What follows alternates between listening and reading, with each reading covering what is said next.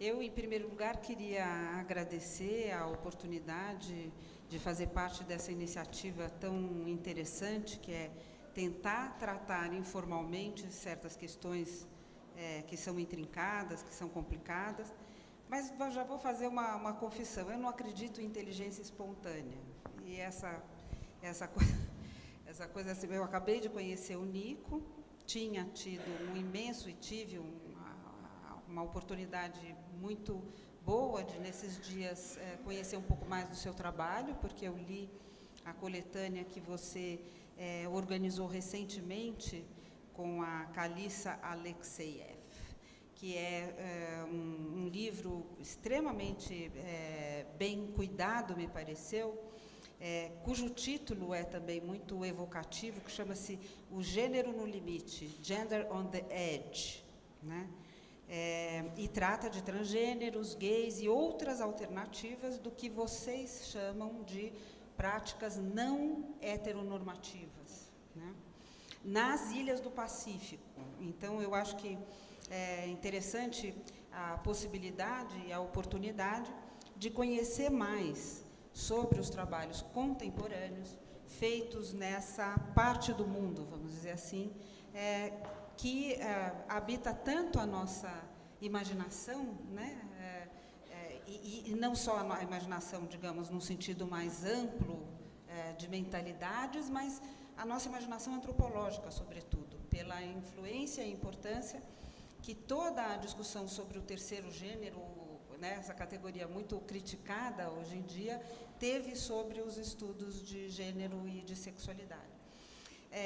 Na verdade, para evitar a gente tratar só muito geralmente os temas, né, eu proporia te convidar a pensar algumas questões que me parecem ser comuns no trabalho dessa coletânea e no trabalho que uma vertente de estudo sobre gênero e sexualidade faz hoje no Brasil, e com isso eu dou um pouco de continuidade a uma reflexão que começamos na outra aba, no GT de Sexualidade e Gênero, nos seminários organizados pelo Sérgio Carrara e pela Adriana Psitelli.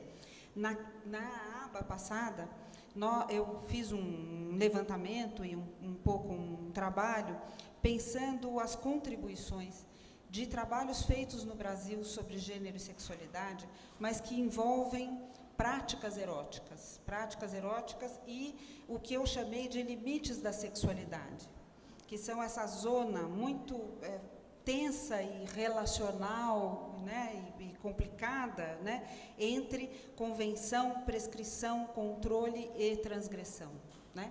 Basicamente, os materiais que as pessoas estão trabalhando nesse domínio aqui, pornografia, formas de pornografia variadas, desde as mais mainstream, como as bizarras, as alternativas, também práticas de swing, são alguns estudos, tem os estudos sobre o uso e o consumo de bens eróticos, como sex toys, né? E tem os estudos sobre fetichismo e sadomasoquismo. Então, a gente já tem no Brasil uma bibliografia que não é extensa, mas que é muito rica e que eu acho que está trazendo problemas analíticos interessantes, seja para as áreas de sexualidade e gênero, seja para as áreas, seja para a antropologia de um modo geral, né? Então, a primeira questão mais geral que eu levantaria é essa, quer dizer, que há uma espécie de possibilidade de diálogo, porque tanto esses estudos como os estudos que você reúne na coletânea sobre as novas práticas sexuais, ou as práticas sexuais entre as populações das ilhas do Pacífico, há essa, enfim, uma certa afinidade de estarmos trabalhando em lugares, né, que, de uma certa maneira, são lugares sexualizados, né? Então, o lugar da onde a gente fala, ou sobre o qual a gente fala, tem a ver com uma história colonial, que é uma história que... e aí eu estou pensando, eu acho que no caso das ilhas do Pacífico, e aí eu te perguntaria, mas no caso do Brasil, certamente, se a gente lembrar as primeiras descrições do Cristóvão Colombo, né, sobre o Brasil, né? As primeiras descrições falavam, né, da paisagem que ele estava vendo e descrevendo, e ele descrevia a riqueza da flora, a diversidade da fauna e a exuberância e a beleza dos corpos nus dos índios. Essa ideia da exuberância, da beleza, né, de uma sexualidade exuberante, eu acho que ela não habita, ela habita esse imaginário, um imaginário que não é mais apenas um imaginário ocidental, seja lá o que esse termo ocidental possa significar hoje, né, mas certamente entendendo isso não como uma inscrição cultural, mas como uma marcação, né? Quer dizer, não é que essa marca da exuberância e da beleza acaba por, de alguma maneira, estar muito presente nas discussões recentes sobre globalização, né? Eu estou pensando assim, existem hoje nos estudos feitos no Brasil sobre gênero e sexualidade, aqueles estudos que mais enfatizam e que estão trabalhando os transnacionalismos, estão chamando atenção, não certamente daquilo que seria a globalização hegemônica, como diz o Gustavo, mas as outras globalizações. Então, chamam a atenção para deslocamentos de pessoas envolvidas no marco das migrações, que tem a ver com trabalho sexual, que tem a ver com turismo sexual, tem a ver com tráfico de pessoas. Acho que a Adriana, Zé Miguel estão aqui presentes e uma série de outros colegas que trabalham brilhantemente esses deslocamentos, sempre presumindo, né, que esses deslocamentos são feitos porque há um imaginário que não só, digamos, cria uma assimetria, mas cria uma atratividade. Há uma espécie de romantização nesse imaginário que faz com que os estudiosos, mas também as pessoas, se atraiam por esses países ou atraiam as pessoas desses países para os seus países em torno disso que seria essa sexualidade exuberante. É uma questão meio abrangente, mas eu acho que ela também está muito presente nos fenômenos investigados pelo seu livro, porque lá não é a exuberância da sexualidade necessariamente, mas é a ideia do terceiro gênero, né? Esse gênero in between, essa ideia de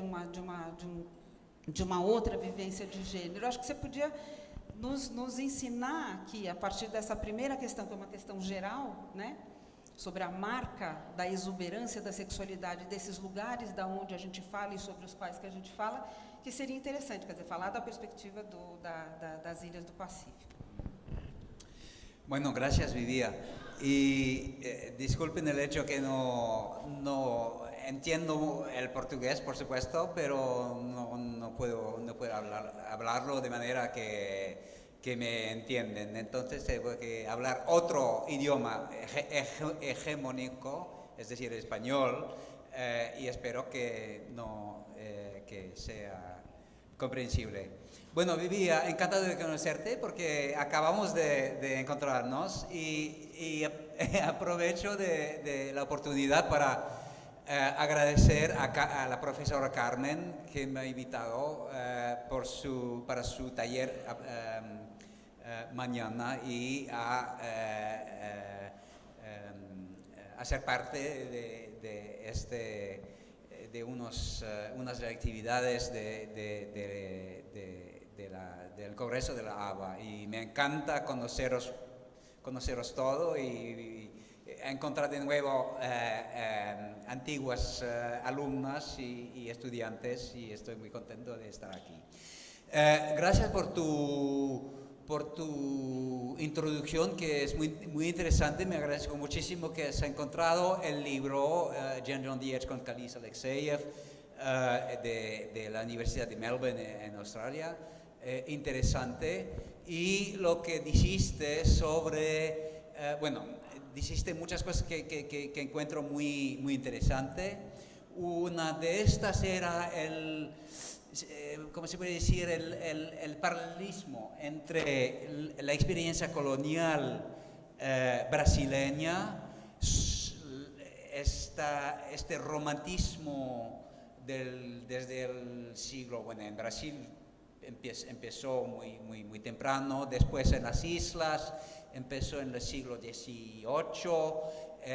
Los europeos, los franceses y los ingleses llegan sobre todo a Tahití, no encontraban las personas tan bonitas, tan maravillosas en todas partes del Pacífico, pero se encontraron en el Pacífico y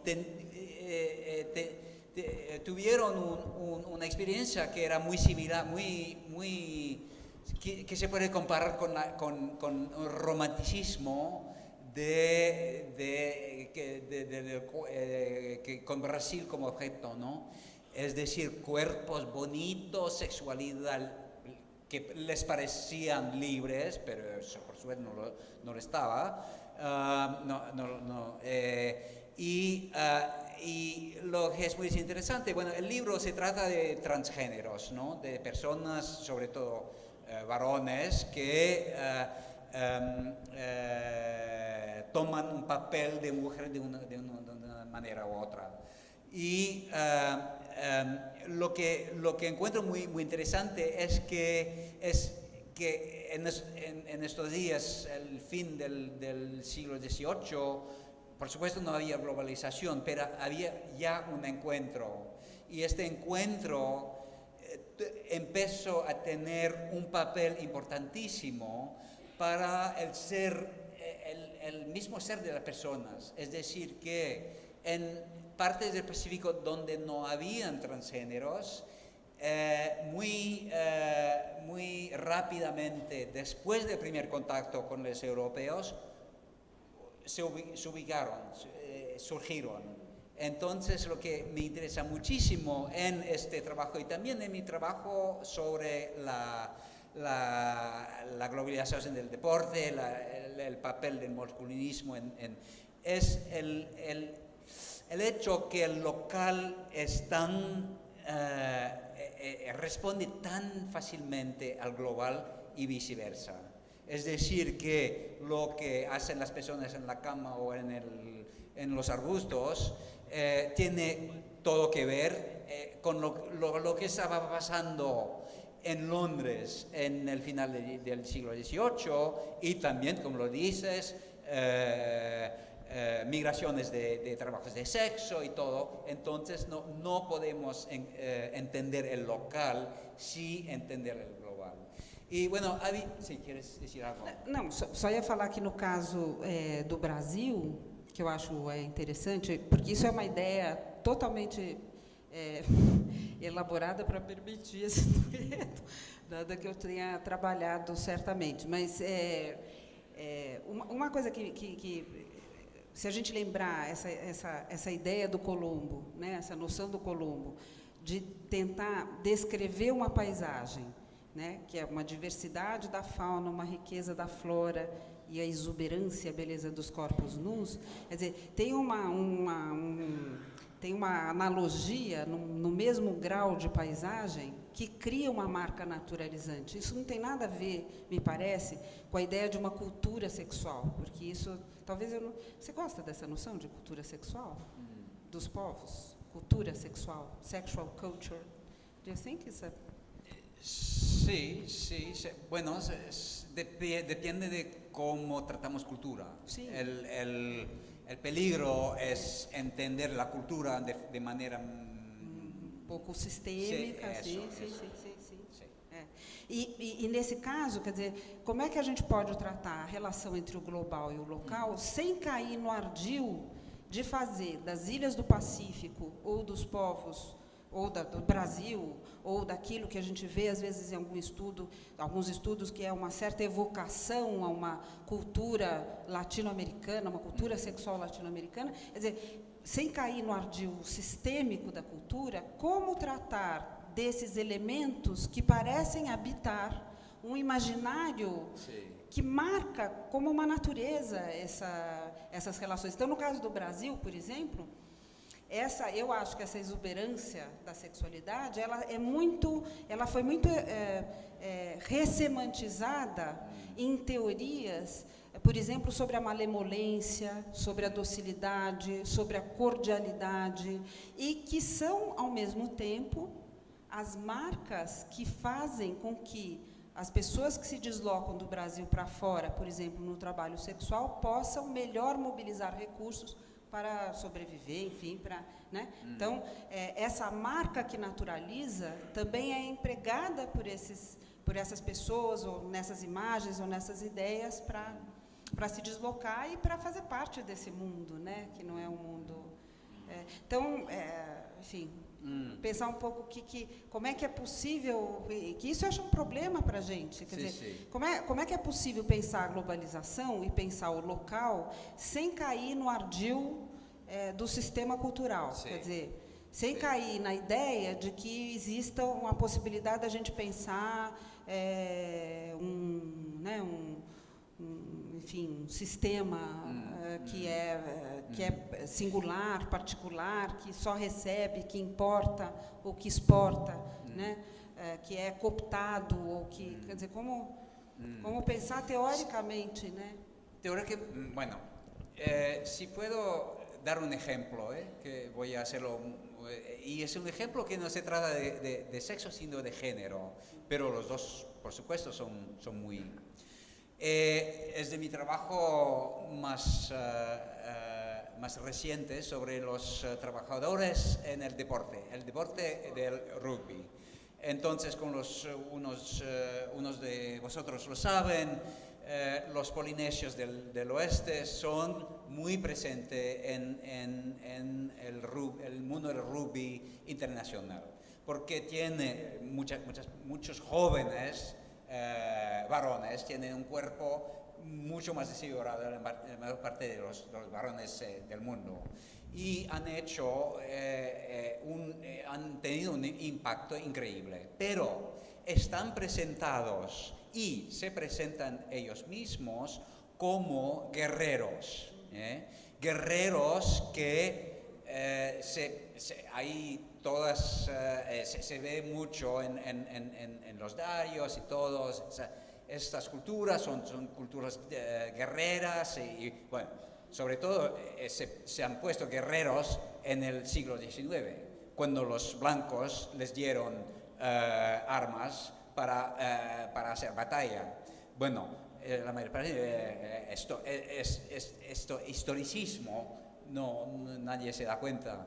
Pero el problema, bueno, y también en los pueblos y las aldeitas de las islas, los niños son socializados por los jóvenes un poquito más viejos para volverse en guerrero, sobre todo en el campo de rugby. Entonces, lo que se pasa en las aldeas de las islas resuena en el mundo comercial, hipercomercializado, y es lo que el público espera, quiere ver estas danzas increíbles que hacen antes del juego y todo. Y entonces hay este espejo, si puede decir, este espejo entre lo que se está pasando en la vida de los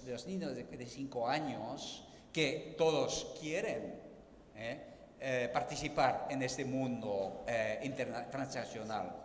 Pero lo que pasa es que es también una espalda tiene sí, porque el guerrero no te fías del guerrero, no es responsable, es un salvaje.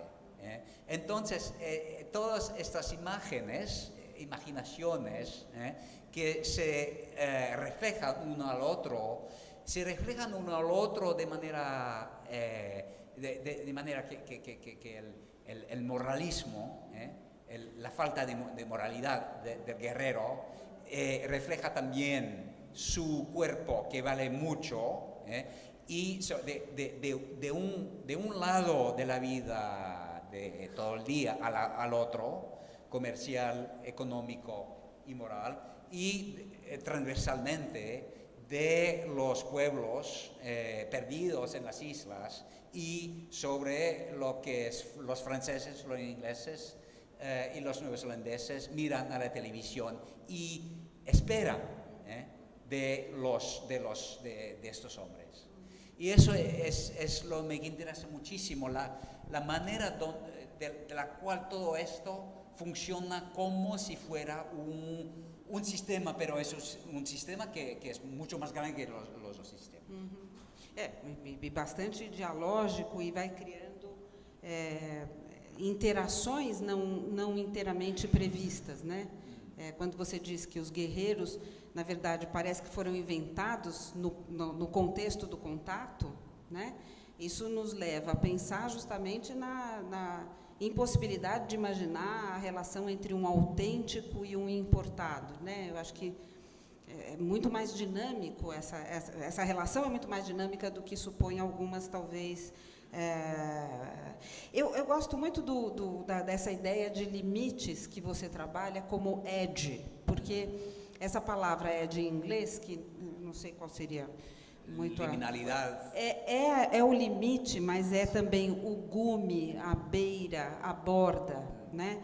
E no meu caso, eu também uso essa noção, e por isso que eu penso essa ideia de limites da sexualidade como uma zona fronteiriça de tensão entre a convenção e a transgressão, né, entre a contenção, digamos, e a transgressão. Isso tem a ver, inegavelmente, com a inspiração, no meu caso, da Mary Douglas e do Pureza e Perigo, quando ela dizia que existem certas práticas que habitam essas fronteiras, que não só elas não são necessariamente transgressoras, mas que elas têm uma potência, e essa potência pode ser, inclusive, uma potência mágica. Ou ainda, aquela evocação, que, no caso, inspirou muito alguns estudos aqui no Brasil, que tem a ver com as guerras sexuais em contexto norte-americano, nas teorias feministas, que foram importantes no sentido de colocarem de um lado aquele feminismo radical, que ainda é operante nos dias de hoje, né, com as teorias sobre o abolicionismo, enfim, as teorias sobre objetificação, um certo desconforto do feminismo ainda muito existente em relação a certas vertentes, né, em relação à pornografia e etc. E, por outro lado, os queer studies, né, essa ideia de que você amplia né, eu acho que a Carol Vance, essa ideia de fronteira nos indica que existe um campo da política das minorias, ou enfim, da política das minorias sexuais mesmo, nos anos 70 e nos anos 80, bem como uma persistência de certas vertentes mais, sei lá, mais, não sei se elas são hegemônicas hoje em dia, mas que estão operando ainda e estão penalizando certas práticas ainda. Então, de alguma maneira, condenando essas práticas a serem eternamente as práticas que indicam, digamos, uma exploração, uma alienação. Isso, hoje, na mesa anterior, o Peter e Sérgio estavam chamando a atenção para essa relação tensa entre a ciência, a política e, digamos, as práticas das pessoas que a gente convive em campo e das pessoas que a gente não só convive, como se atrai, como interage, como pensa sobre elas pensam sobre nós. Quer dizer, esses são limites que estão numa situação de tensão, né? E isso eu acho que você está trabalhando muito nessa coletânea, sobretudo problematizando essa ideia de ilhas do Pacífico, de terceiro gênero, né? Eu achei... Y también, bueno, cuando uno trabaja en el Pacífico, que es la última frontera de exploraciones, por ejemplo, en la historia, y entonces, y hoy en día también no hay nada, no hay casi, bueno, hay minerales, por ejemplo, en Nueva Guinea, pero en las islas no hay nada para explotar. Qué bien. Pero para la gente misma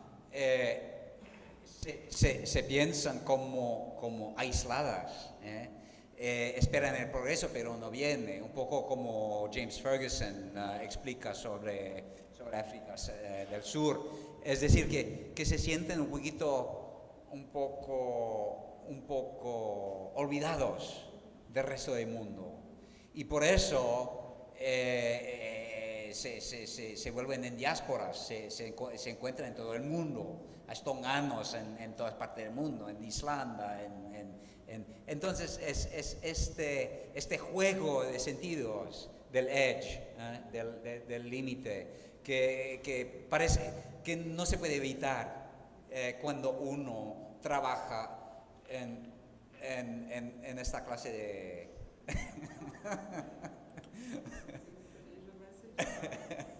en esta clase de región, que quizás sería algo bastante diferente del Brasil, no sé, sobre todo del Brasil urbano, que es ubicado en un país que es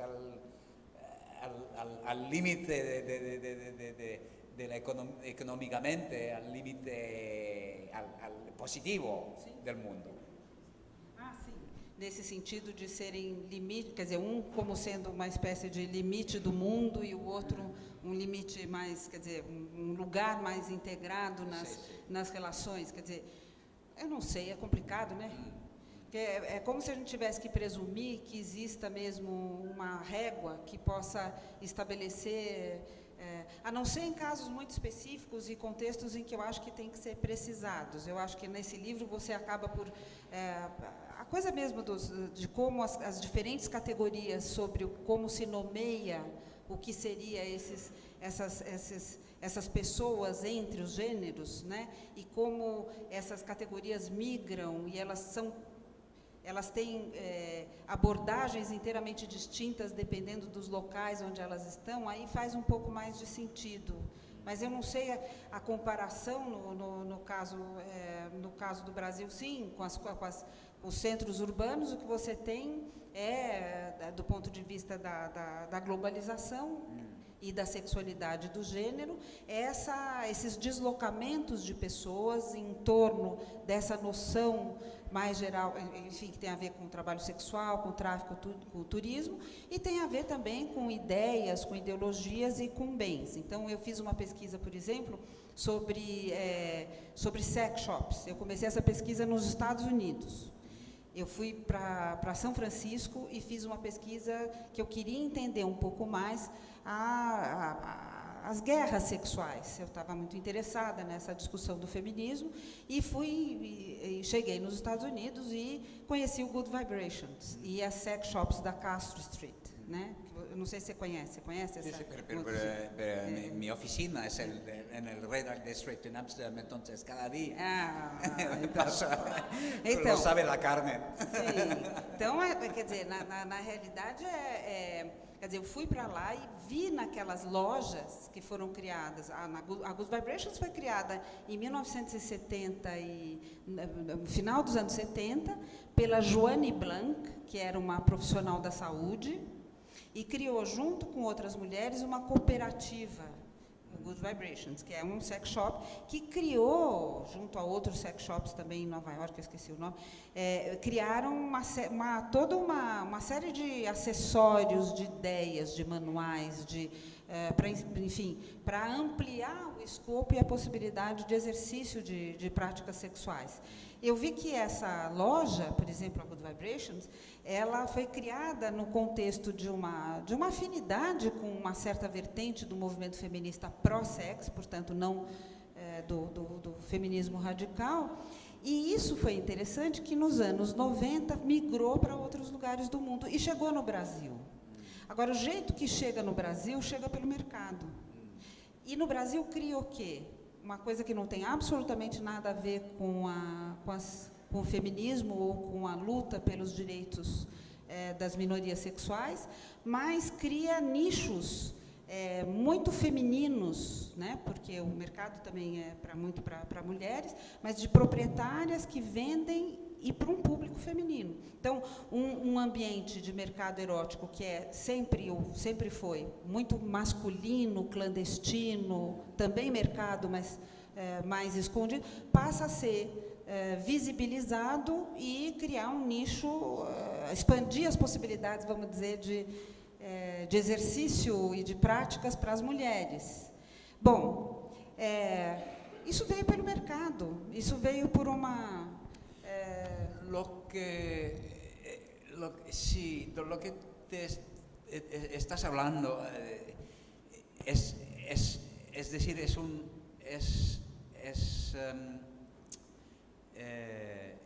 es el hecho que lo que es al límite está bien al centro.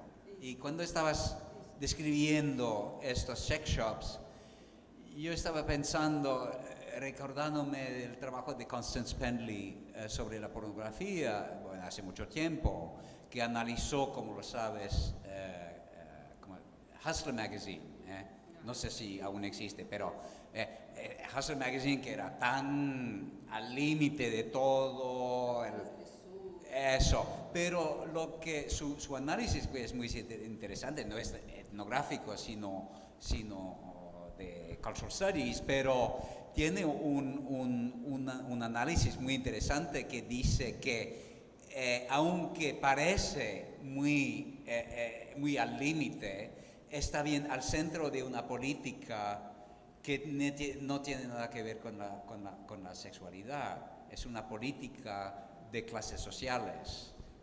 Es la venganza de las clases bajas sobre la moralidad de las clases medias.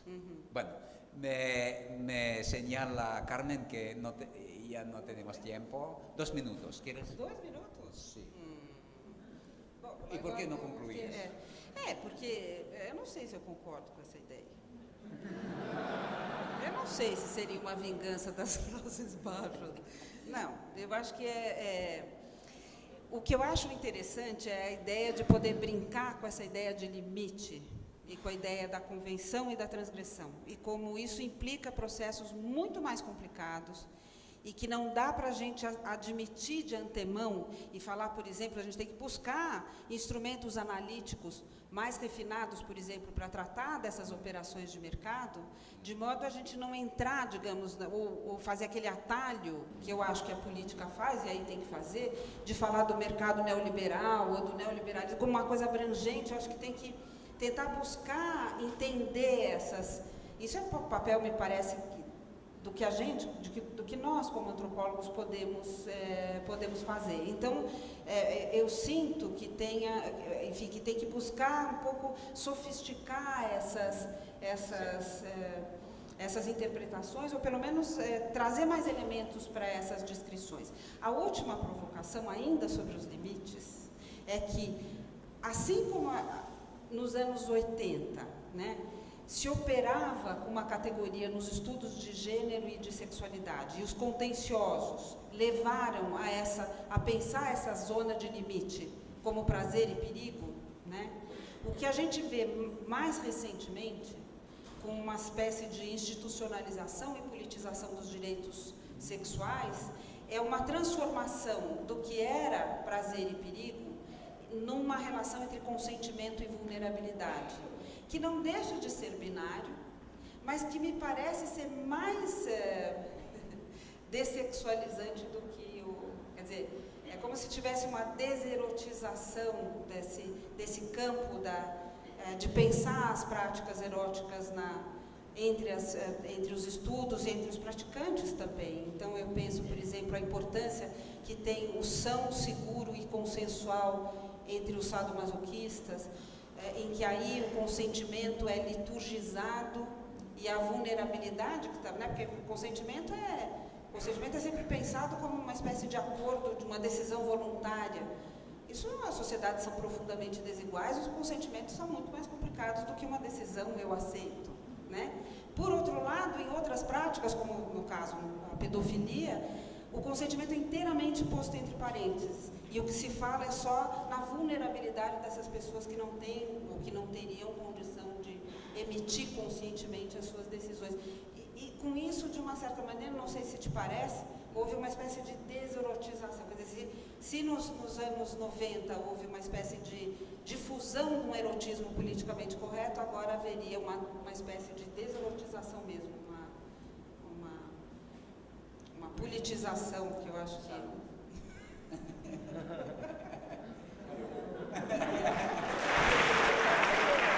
Hã?